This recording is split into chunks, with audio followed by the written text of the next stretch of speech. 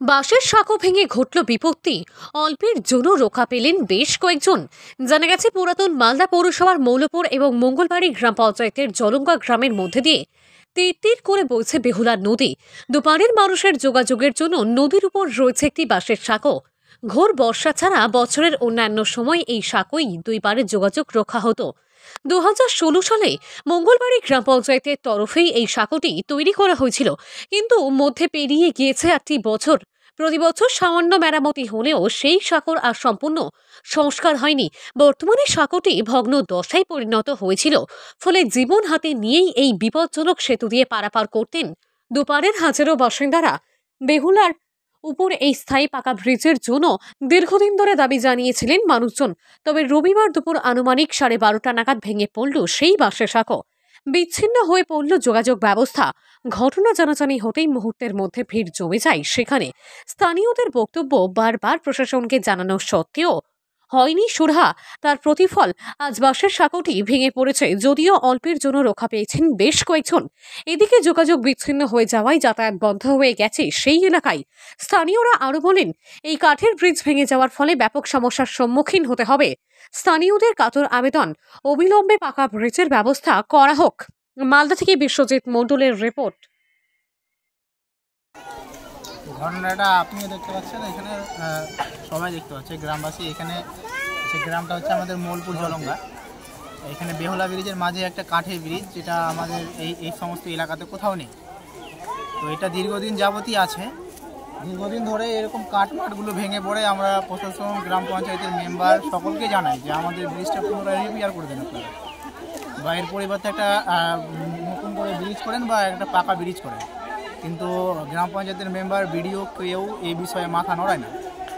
মানে যদি অসুবিধা হয় গ্রামবাসীরই হয়, আর যদি কেউ মরে বা যদি কারোর ক্ষতি হয়, দুর্ঘটনা হয়, তাহলে গ্রামবাসী বুঝুক সেটা।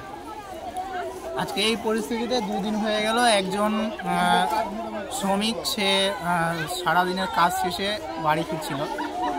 বাড়ি আসার সময় সে আমরা দেখতে পাই যে ও বাইক নিয়ে নিচে পড়ে আছে। তো আমরা সবাই মিলে তাকে উঠাই এবং একটা সোশ্যাল মিডিয়ায় ছোট একটা ভিডিও বানিয়েছিলাম। কিন্তু সেই ভিডিওর পরে এত কিছু জানার পরেও এখন পর্যন্ত না প্রশাসনের তরফ থেকে কেউ এসেছে, না গ্রাম পঞ্চায়েত, না বিডিও, কেউ এখন পর্যন্ত আসেনি। গ্রামবাসী প্রচুর হতাশা এতে আছে। আর এটা আমাদের আজকে উনি এসেছিলেন যে বাইক নিয়ে পড়েছিল, যে গত শুক্রবার যে রাত্রেবেলা যিনি বাইক নিয়ে পড়েছিলেন, উনি আজকে বাইকটা তার উঠাতে এসেছিলেন। উঠাতে গিয়ে কি হলো? উঠাচ্ছিল, আর উনি উঠাচ্ছিলেন, নিচেই ছিলেন, কিন্তু ইতিমধ্যেই জাস্ট আধা ঘন্টাও হয়নি ওনার আসা, পুরো ব্রিজ একদম ভেঙে পড়ে বলছে। আপনাদের এই ক্ষেত্রে সমস্যা কি, এটা আমাদের ওল্ড মালদা ব্লকের দৈনিক প্রায় 3000 মানুষের যাতায়াতের একটা পথ, মানে সহজ যোগাযোগের মাধ্যম হয়ে গেছিল একটা। এটা শুধু আমাদের মৌলপুর বাঁশারটা গ্রাম বলে না, আর জলঙ্গা বলে না, এখানে ওল্ড মালদা থেকে শুরু করে মঙ্গলবাড়ি থেকে শুরু করে যতগুলো আছে আমাদের এখানে সমস্ত মানুষেরই একটা যোগাযোগের মাধ্যম, এটা সহজ যাতায়াতের পথ হয়ে দাঁড়িয়েছিল।